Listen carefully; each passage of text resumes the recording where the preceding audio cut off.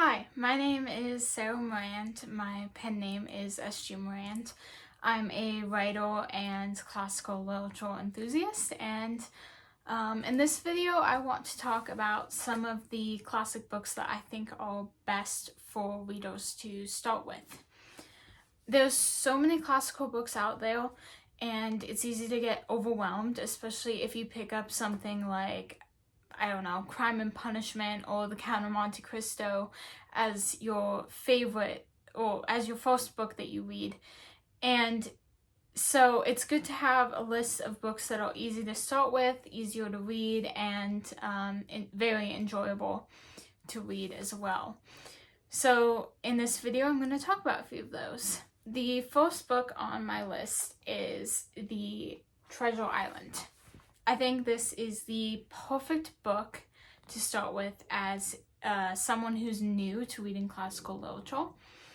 And I'll probably make a video in the future that talks a little more about Treasure Island specifically and why it's such a good book for new classical readers to start with. Don't let the size of this one intimidate you. This is 7 novels, I believe, 7 novels by Robert Louis Stevenson, the author of Treasure Island. Treasure Island itself is not that hard. It's not very long. It's not that hard to read. It's very action-packed, enjoyable, full of pirates and adventure, and very easy to get into and to enjoy at pretty much any age. So that one is a great place to start if you're very new to classical literature. And if you just like an exciting book that grabs you by the throat and holds on tight as you're racing through it. The next book I have on my list is one of my personal favorite books of all time, which is Dracula by Bram Stoker. This book is so exciting. The writing style is incredible. It's written as if it's like letters and newspaper articles and journal entries. And so it's very exciting. It's got multiple characters that it's told by in their own writings. The story, the mystery of who Dracula is, and the chase to capture him and kill him is just so exciting. I could not put this book down. I've read this book twice now. And the second time I read it, I annotated it. I made quite a few annotations in it. It was so exciting. It didn't feel like a classical literature type book. It was just like a thriller to beat all thrillers. And I'm not much for horror, but I do love a good thriller. And this book is at the top of my list of best thrillers I've ever read. So if you're new to literature, this is a great book to read. To start with, I guarantee you won't be able to put it down. Just don't expect to get a good night's sleep while you're reading it, because you will be reading it nonstop and you won't be able to put it down to go to bed. And it just will have you on the edge of your seat the entire time. I cannot recommend it enough. The next book I have on the list, I don't have a physical copy of because I read it digitally, which I can also recommend doing because I read it in, I think, one sitting, having it on my Kindle. And that is The Great Gatsby. I read this book because it's like on the list of all of the top 100 literature books you should read in your lifetime. And now I can definitely see why. I was intimidated by it because I never read it in high school like a lot of people did, and I thought it would be very dramatic and very, like, not really in my wheelhouse. But the plot of this book was so gripping, so interesting, so immersive that I could not stop reading it. I read it in about one sitting. I think 1 or 2 days I read this book. And since then, I've read other things by F. Scott Fitzgerald, and I really liked them. But Great Gatsby just tops the list. You can tell why it's one of his most popular books. And his writing style is very, like, blunt and conversational almost. And it's very easy to get into, very easy to understand. It flows really well. The pacing makes it so that it's hard to put it down. And it's definitely a good book to start with as classics. The plot is very interesting. The characters are very interesting. It's very dramatic and like morally gray characters, and definitely a good place to start when you're reading classical literature and you want something that's popular for a reason. The next book I have on my list is Hamlet. If you're looking to start reading Shakespeare, I would recommend starting with something like Hamlet. The first Shakespeare book I ever read was Romeo and Juliet, which I had to read for school, and I hated it, which feels sacrilegious to say, but I did not like Romeo and Juliet because I thought it was just so dramatic, and like the plot of the lovers killing each other just was not interesting at all to me in high school. I thought the writing style was too difficult to read, and it was boring and just melodramatic, and I did not like it. But then I read one of Shakespeare's more action-packed plays, which was Julius Caesar, and I was like, okay, I might kind of like Shakespeare. This might be okay, because I thought I was just one of those people who hated Shakespeare. And then I read another one and I was like, okay, I think it was just kind of Romeo and Juliet. And I think if I reread that one now, I would like it more than I did the first time I read it. But I read Julius Caesar, I liked it. Then I read Hamlet. And Hamlet, this is one of my favorite books of all time. You'll probably see in some of my videos, I wear like a Hamlet sweatshirt. And I live in that sweatshirt. I love Hamlet. I went and saw the Shakespeare in the Park rendition of Hamlet last summer, and I literally crossed everything off my calendar for the whole summer. I was like, okay, no matter what, I'm going to see this play. And it was worth it. It was fantastic. Hamlet is my favorite of Shakespeare's plays, at least that I've read so far. The plot is just action-packed. The characters are interesting. The ghost, the plots, the intrigue, the drama Hamlet is facing. It's just a very compelling plot, and the pacing is great. The reading level, is Shakespeare, so it's a little more difficult than some of the other books on this list. But I think if you're going to read Shakespeare, Hamlet is a great place to start. Another one that might be good would be Julius Caesar or Macbeth. Those are also really good options. Don't start with something like Othello or something along those lines, because they're a little harder to follow, I feel like. But Hamlet is a great place to start. A word of advice, if you're reading Shakespeare for the first time and you're struggling with it, as I do sometimes, because it's very hard sometimes to get a hang of the canto of it. And something that helps a lot is if you just read it out loud. Read it out loud, go in your room, go through all the different characters. You could even give voices to them. That helps a lot when I'm reading Shakespeare. So Hamlet, definitely on my list of good classic books to start with. The next one I have on my list, I also don't have a physical copy for, because I also read it digitally, and that is The Adventures of Tom Sawyer. I loved The Adventures of Tom Sawyer. I didn't think I would, because I've had kind of a love-hate relationship with American literature. I read some in college that I thought was horrible, that made me think all American literature was awful. For some reason in my mind, I thought that Mark Twain, his writing was like the American version of Charles Dickens' writing. And I'm not a huge Charles Dickens fan. I love A Tale of Two Cities, but everything else I've read, I've just struggled with a lot. And so I compared the two, and then I thought, well, I'm not a fan of Charles Dickens, so I'm not going to like Mark Twain. And boy, was I wrong. Mark Twain's books, I read Adventures of Tom Sawyer and Adventures of Huckleberry Finn. My dad was like, oh, Huckleberry Finn is the best. That one's superior. I love that one. I read Tom Sawyer and I was like, this one is really interesting. The characters are fun. It's comedic. It's a great book to read. It's a lot of fun. And it's pretty easy on the reading scale, I think. So if you're looking to start reading classical literature and you're looking for American literature to read, if you're looking for, you know, this is another one of those books that's on the list of like pretty much on every 100 top classical literature books lists, you're going to find The Adventures of Tom Sawyer. And there's a reason for that. It's really a great read. It's a lot of fun, and it's a great place to start when you're starting with classical literature. I also don't have a physical copy of the next book, which I definitely need to remedy at some point because it was a great book and I want to read it again and I want to annotate it. And that is The Picture of Dorian Gray. That book was not what I was expecting.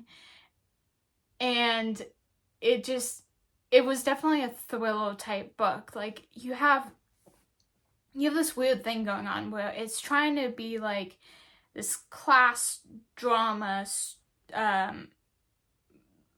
people in higher positions that are, you know, antagonistic towards each other, antagonistic towards who they deem as their lessers, that type of thing that you would get with books like Charles Dickens and Jane Austen and things like that.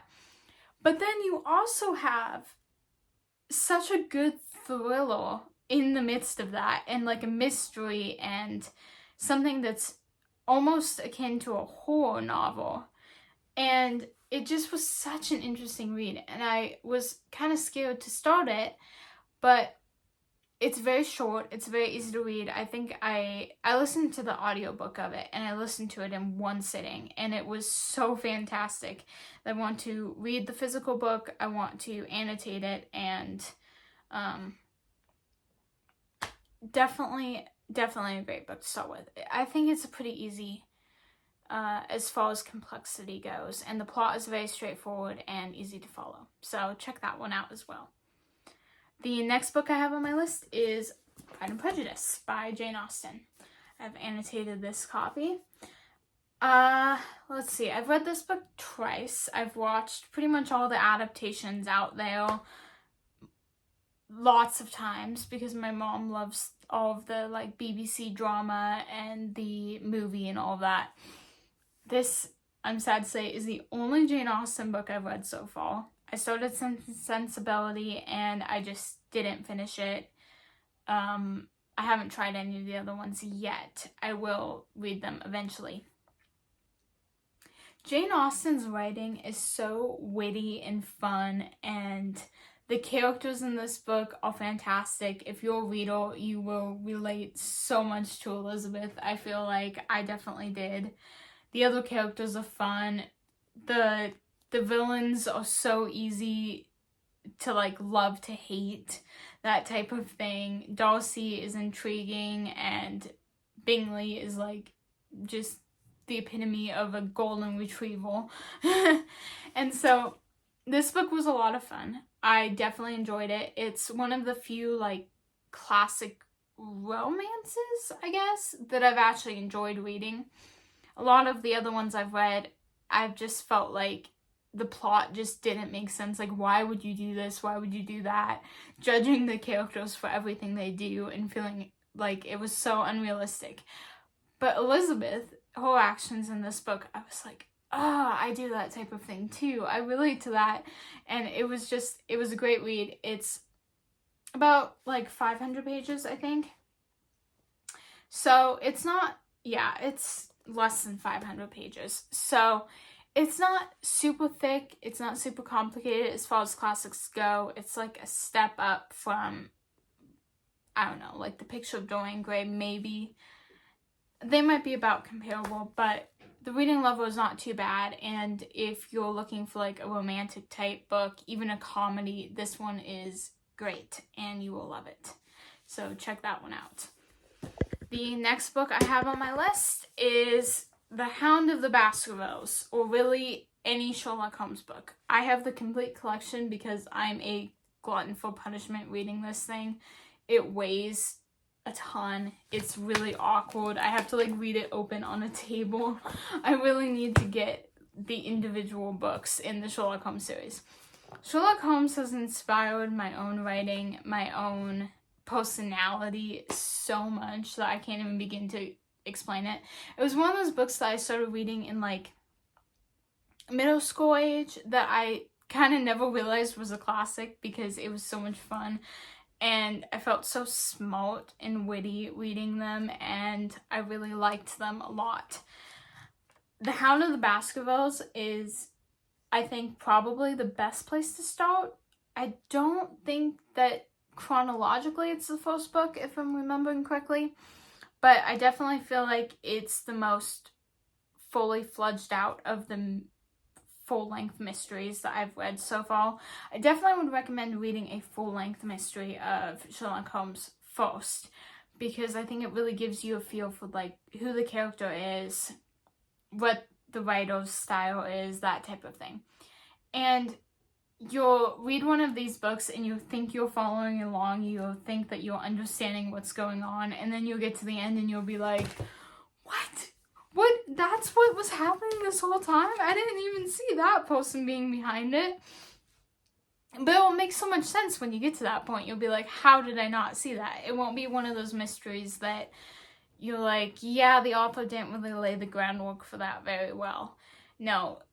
Arthur Conan Doyle is a genius, and there's a reason why Sherlock Holmes is the most famous detective out there.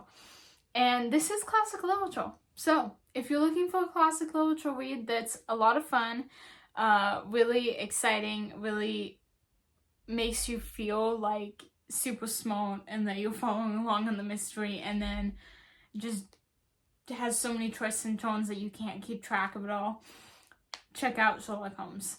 I can almost guarantee that you're going to love it if you love this type of book. If you love mysteries, you will love Sherlock Holmes.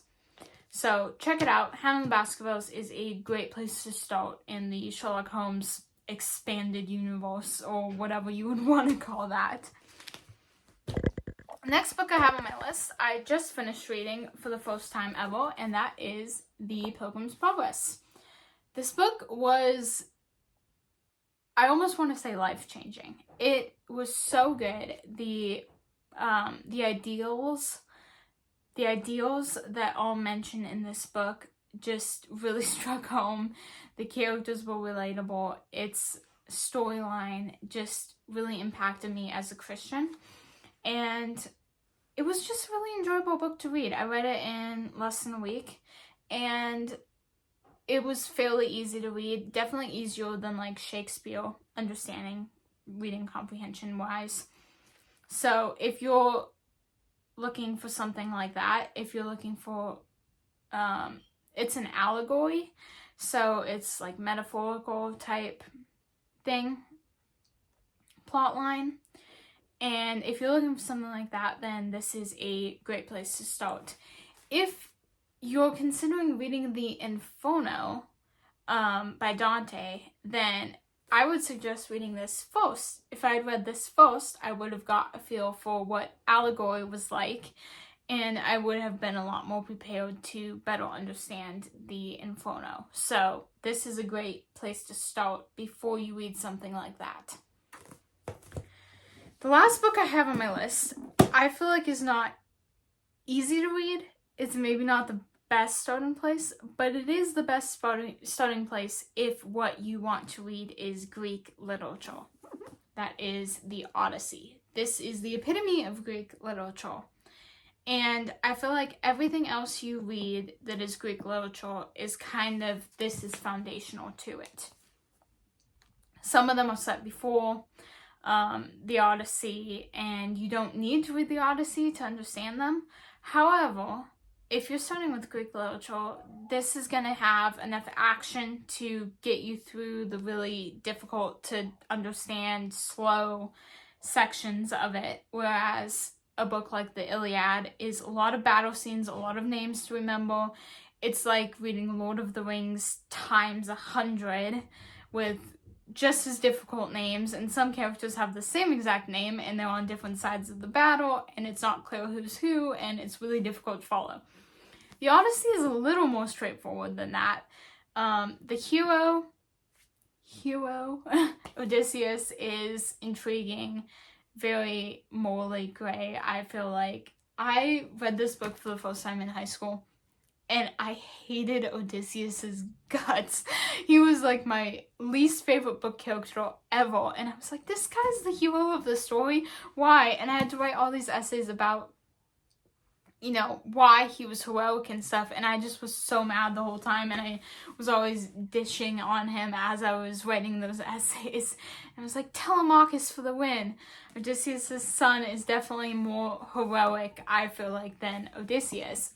But the older I get, the more I appreciate this book, the more I think that the idea of this morally gray hero is very interesting, very compelling, and the lengths he goes to get home.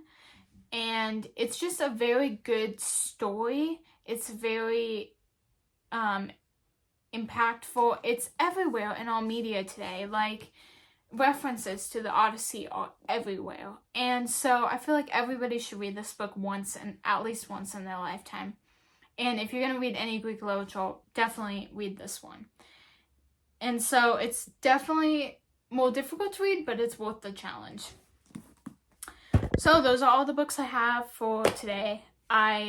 This is just bare minimum starting place for literature, and everybody's going to have a different type of literature that they enjoy more. For me, I really like Russian literature. I really like thriller type ones like Dracula and H.P. Lovecraft and things like that some people might not like at all. So this is my opinion of books that if I was starting over, these are the ones that would be really good to start with, that would get you into classical reading, make it really enjoyable, and motivate you to read more difficult stuff.